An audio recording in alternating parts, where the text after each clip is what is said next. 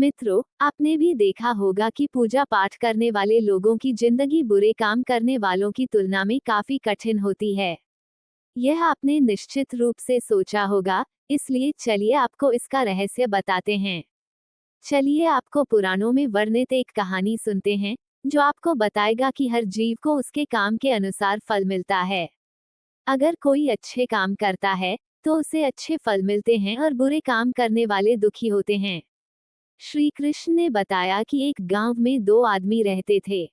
एक बहुत धार्मिक था और हर दिन मंदिर जाकर भगवान की पूजा करता था। लेकिन दूसरा आदमी, जो नास्तिक था, हर दिन मंदिर जाता था और अपने पति से धन चुराकर जूते, चप्पल और दाल खरीदता था। एक दिन गांव में भारी बारिश हो रही थी और मंदिर में एकमात्र पुजारी था। नास्तिक आदमी मंदिर गया और सब कुछ चुराकर वहां से चला गया। उस समय एक आस्तिक व्यक्ति भी मंदिर गया और भगवान की पूजा करने लगा। मंदिर के पुजारी ने उसे उसी समय देखा और उसे चोर समझा। वह गांव के बाकी लोगों से बचकर भागने लगा। वह वहां से टकरा गया और घायल हो गया। मंदिर में चोरी करने वाला व्यक्ति आस्तिक को मिला। कल्प बीतने पर भी करोड़ पाप कर्म से नष्ट नहीं होते। जब दोनों मर गए, आस्तिक व्यक्ति ने यमराज से पूछा कि उसके साथ ऐसा क्यों हुआ। यमराज ने कहा कि अगर तुम पर झूठा आरोप लगाया गया तो तुम मर जाओगे, लेकिन तुमने अच्छे काम किए तो बच जाओगे। यमराज ने कहा कि उसके भाग्य में एक राजा बनना लिखा था, लेकिन उकसे ने अपने पापों के कारण वह सिर्फ एक छोटे से चोर बन गया। मित्रों, शास्त्रों में कहा गया है कि पाप कर्म के बिना भोगे गए करोड़ों का नाश नहीं होता।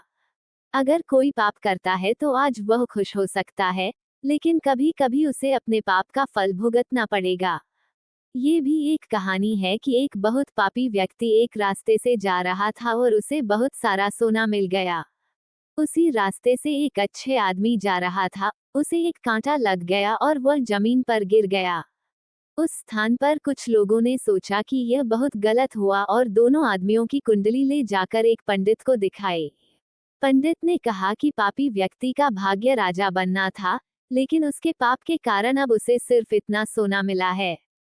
उस भले और धर्मात्मा व्यक्ति के जीवन का आज आखिरी दिन था, लेकिन उसके अच्छे कर्मों की वजह से वह बच गया। क्या बुरे कामों से बच सकते हैं? शास्त्रों में कहा गया है कि हर व्यक्ति को अपने अच्छे और बुरे कामों का परिणाम भुगतना होगा। नेक कामों से अच्छे फल मिलते हैं और बुरे कामों से बुरे फल मिलते हैं। हमें अच्छे और बुरे दोनों कामों का परिणाम भोगना होगा।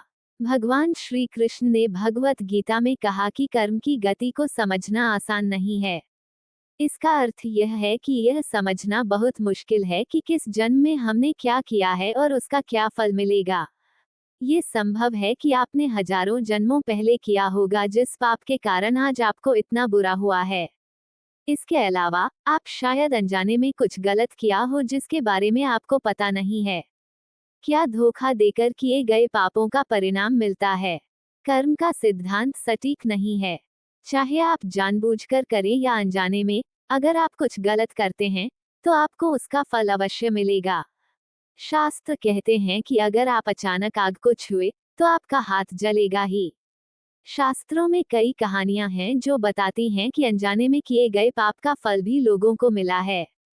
पांडवों के पिता महाराज पांडु की एक कहानी है कि उन्होंने एक हिरण को तीर मार दिया था। वे उस समय नहीं जानते थे कि एक ऋषि ने हिरण का रूप लिया था और उनको श्राप दे दिया था, जिसके कारण वे बाद में मर गए। सहस्त्रों के अनुसार क्षत्रिय राजाओं को शिकार करने की अनुमति थी और हिरण को मारना कोई पाप नहीं था, लेकिन पांडु को पता नहीं था कि वे एक ऋषि थे, इसलिए उन्हें इतना बुरा श्राप मिला कि वे मर गए। पाप से बचने के लिए क्या करें?